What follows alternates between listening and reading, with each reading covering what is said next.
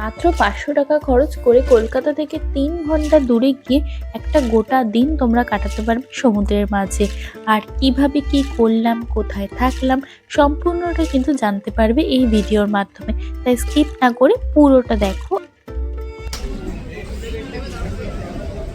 আমরা ভোর কটা ট্রেন ধরলাম? 5:55, যেটা ক্যান্টনমেন্ট থেকে ছিল, সেই ট্রেনটা আমরা ধরলাম। ধরে শিয়ালদা এসেছি। এবার শিয়ালদা থেকে আমরা 7:14 ট্রেনটা ধরে লক্ষ্মীকান্তপুর যাব। পুরো ডিটেলসটা তোমাদের সাথে শেয়ার করে দেবো। তারপর আমাকে ছেড়ে ওরা চলে যাবে, তাই আগে আমরা নেমে যাই। দাঁড়াও। যাই হোক, শিয়ালদা আমরা নেমে পড়েছি। এখন আমরা 3জন উঠেছিলাম একটা মানে তিনজনই যাচ্ছে।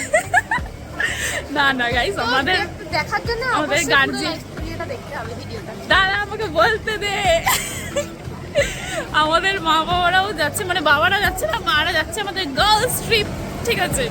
তো তারা আলাদা সামনে উঠেছে আর আমরা পিছন দিকে উঠেছিলাম, কারণ আমরা টিকিট কেটে অনেক তাড়াহুড়ো করে এই ট্রেনটায় উঠেছিলাম। এরপর ওদের সাথে দেখা করে তারপর আমি তোমাদের সাথে বাকিটা শেয়ার করছি। তো চলো। কোথাও ঘুরতে যাওয়ার সময় এই যে ভোরবেলা উঠতে হয় আর ভোরবেলা স্টেশনে আসতে হয়, এই জিনিসটা আমার দারুণ লাগে ছোট থেকেই। আর এখন আমরা শিয়ালদা স্টেশন থেকে 7:14 নামখানা লোকালটা ধরবো, এটা নিয়ে বিস্তারিত। আমরা উঠে পড়েছি নামখানা লোকালে, আর যেটা ছাড়বে হচ্ছে সকাল 7:14-তে। কিন্তু ওয়্যার ইজ মাই ট্রেনে কিন্তু এই ট্রেনটা কিন্তু দেখাচ্ছে না। যখনই আমি শিয়ালদা থেকে নামখানা একদম ডাইরেক্ট ট্রেন সার্চ করছি, তখন কিন্তু দুটো ট্রেন দেখাচ্ছে, একটা বিকেলবেলা আর একটা দুপুরবেলা। তো এখন 7:14 সময় একটা লক্ষ্মীকান্তপুরের যে ট্রেনটা ছিল, সেটাই ডাইরেক্ট হয়তো নামখানা যাবে, আর লক্ষ্মীকান্তপুর থেকে সেই ট্রেনটাই হয়তো নাম চেঞ্জ করে নামখানা যাবে। কিন্তু এখানে বোর্ডে কিন্তু ওটা নামখানা লোকালই দেখাচ্ছে, যেটা এখানে এসে তারপর আমরা জানতে পারলাম।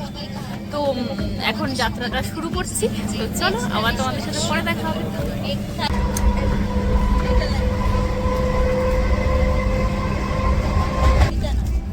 সকাল সকাল ডিম, পাউরুটি, কলা খেয়ে আমরা এই যে ছোলা মাখা নিয়ে বসে পড়েছি।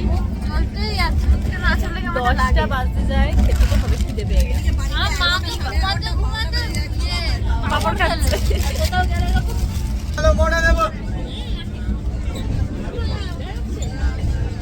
আমরা এখন পৌঁছে গেছি নামখানা স্টেশনে। ও, লেখা নেই এখানে নাম, নামখানা স্টেশনের এখানে নাম লেখা নেই, কিন্তু কোথায় লেখা আছে? আচ্ছা, এখানে এই যে নামখানা লোকালটা এসছে, কোথায় লেখা আছে? ও, এই যে আমরা পৌঁছে গেছি এখন নামখানা স্টেশনে। আর এখান থেকে আমরা যাবো এবার বাস বা টোটো বা অটো করে। গাড়ি পাওয়া যাবে, বাস, ভ্যান। তা তুই অনেক ব্লগ দেখে এসেছিস, এবার বল তাহলে আমরা কিসে যাব? এবার ওখান দিয়ে যাবো। কোথা দিয়ে? তুই কিসে করে যাবি? টোটো না বাস? ভ্যানে আবার ইচ্ছা। ভ্যানে যাবি? বা তোকে বাসে করে নিয়ে যাব। তোকে বাসে করে নিয়ে যাবো। বাসে দৌড়ে প্রাইভেট বাস। আরে তুমি পাবে না রে। চল সবাই চলো। থেকে 7:14 নামখানা লোকাল ধরে আমরা নামখানা স্টেশনে পৌঁছেছি 10টায়।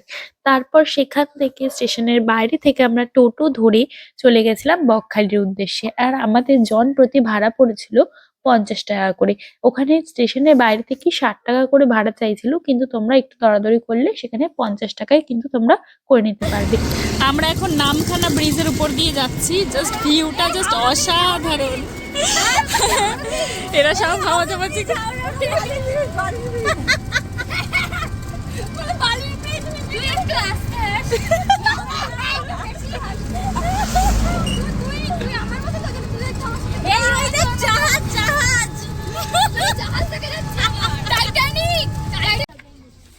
আমরা টোটো করে যাওয়ার পরে এখন আমরা একটুখানি হোটেল খুঁজতে বেরিয়েছি। হোটেল যেগুলো আমরা ব্লগে দেখে এসেছি, সেগুলোতে আমরা ফোন করেছিলাম, কিন্তু সেখানে প্রচুর হিউজ ভাড়া চাইছে, সেই জন্য ওরমভাবে কিছু বুকিং করিনি। তাই এই জন্য এখানে এসেই আমরা হোটেলগুলো দেখছি। ফার্স্টে তো কি দেখলাম, আচ্ছা হোটেলের নামটা আমি পরে বলে দিচ্ছি। আপাতত এই হোটেলটায় আমরা ঢুকেছি। এই যে ফাইনালি আমরা এই হোটেলটাই বুকিং করেছি। হোটেলের নাম হচ্ছে শ্রী গুরু হোটেল। এই যে হোটেল সোনার বাংলার ঠিক পাশে হোটেল শ্রী গুরু। এই হোটেলটা আমাদের পড়লো 1000 টাকা পার ডে। আর হচ্ছে আমরা 7 জন একটা বড় রুমই নিয়েছি। আর গিজার নেই, কারণ এখানে এসে দেখলাম এখন যথেষ্ট গরম লাগছে, তো গিজারের প্রয়োজন অতটাও নেই। আর এই সাইডে বললো যে 5 মিনিট হেঁটে লাগবে বিচ, আর 3 মিনিট নাকি ওই খাবার হোটেলটা পেয়ে যাব আমরা, ঠিক আছে। আর এখানে হচ্ছে ফ্রিতে 2বার টোটো সার্ভিস দেবে দিনে, মানে বিকেলে একবার আর সকালে একবার বিচে যাওয়ার সময় 2বার এরা দিয়ে দেবে টোটো সার্ভিসটা। তো এই যে হোটেলের ভেতরটা দেখিয়ে দিচ্ছি, আমাদের রুমটাও দেখিয়ে দেবো, আমাদের রুমটা ওপরে দিয়েছে।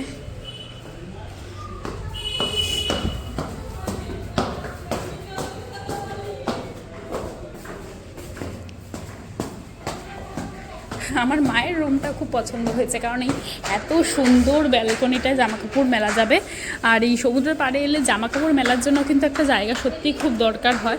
আর এটা আমাদের রুম নাম্বার 8। এই যে এখানে একটা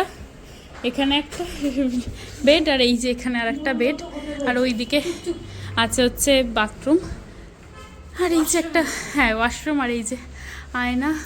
বিধ্বস্ত অবস্থা আমাদের আর না দেখালাম আয়নাটা।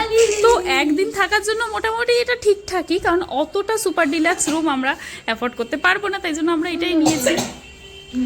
আর বেশ খোলামেলা জায়গাগুলো, হ্যাঁ বাজেট ফ্রেন্ডলি।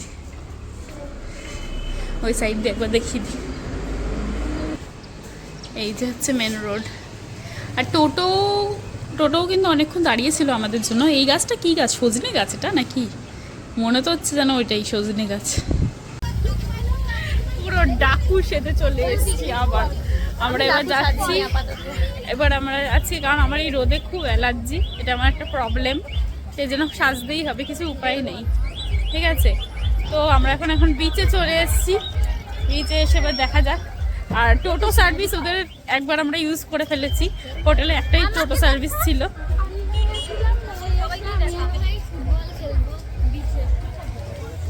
তো সেই টোটো করেই এলাম। এবার বিচে কতটা কি, আর এত মানে ভুল করেছি যে সব শীতের জামা কাপড় এনেছি, সব শীতের জামা কাপড়, কিন্তু এখানে একটা ফোঁটা শীত নেই, পুরো গরম। কি যে সুন্দরী, বলো কিছু।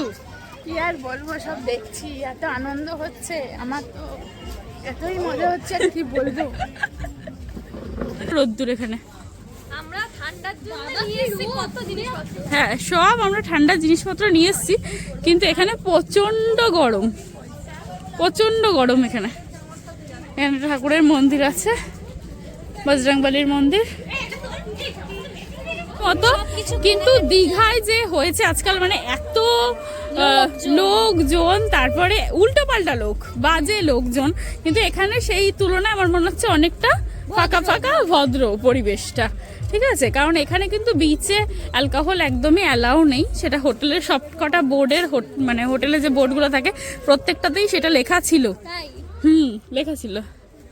জল অনেকটা দূরে, এখানে ভাটার টাইম 9টা থেকে 10টা থাকে। জল প্রচুর দূরে, কোথায় বাবা? এই দেখো শোনো মাসি, আইলা বকখালি, এই তো সাদা বালি, তাই না?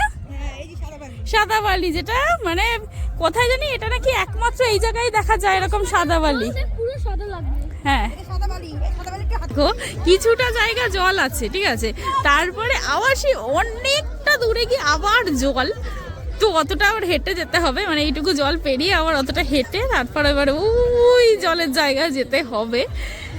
তো ঠান্ডা ঠান্ডা জল, মানে এই পুরো এইটা আমাদের পেরিয়ে তারপরে আমাদের ওই দূরে যেতে হবে, ওই দূরে যেতে হবে।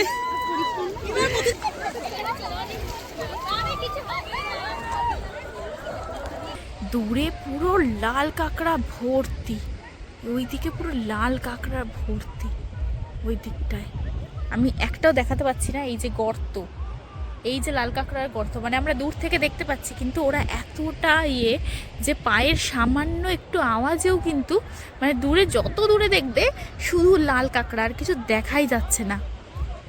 আর আমি যত এগোচ্ছি সব কিন্তু একটা একটা করে ঢুকে যাচ্ছে। এই দেখো একটা গর্ত, এই অবধিও কিন্তু কাঁকড়া ছিল, ওই যে পালিয়ে যাচ্ছে, ওই দেখো ঢুকে গেল, ওই যে ঢুকে গেল, ওই যে গর্তে ঢুকে যাচ্ছে, ওই দেখো দেখো, ওই যে গর্তে ঢুকে গেল।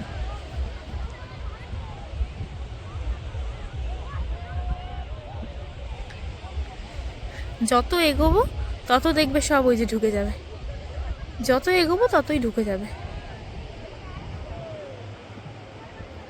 ওই দেখো, দেখেছো এই দিকটা পুরো ফাঁকা হয়ে গেল, ওই দিকটায় আছে। তো যেদিকে যাব সেদিকেই কিন্তু ওরকম। স্নান সেরে তারপর খাবার জন্য আমরা বেরিয়ে পড়েছিলাম। আর কোথায় খেলাম, কিরকম খাবার বকখালিতে, আর কিরকম কি খরচা পড়লো, সেটা কিন্তু আমি নেক্সট ভিডিওতে পুরোটা জানাবো তোমাদের সাথে। তো ততক্ষণ চ্যানেলটাকে সাবস্ক্রাইব করে নাও, আর যারা ফেসবুকে দেখছো অবশ্যই ফলো করো এবং শেয়ার করো। তো চলো টাটা, এখন নেক্সট ভিডিওতে আবার পুরোটা আপলোড করে দেবো।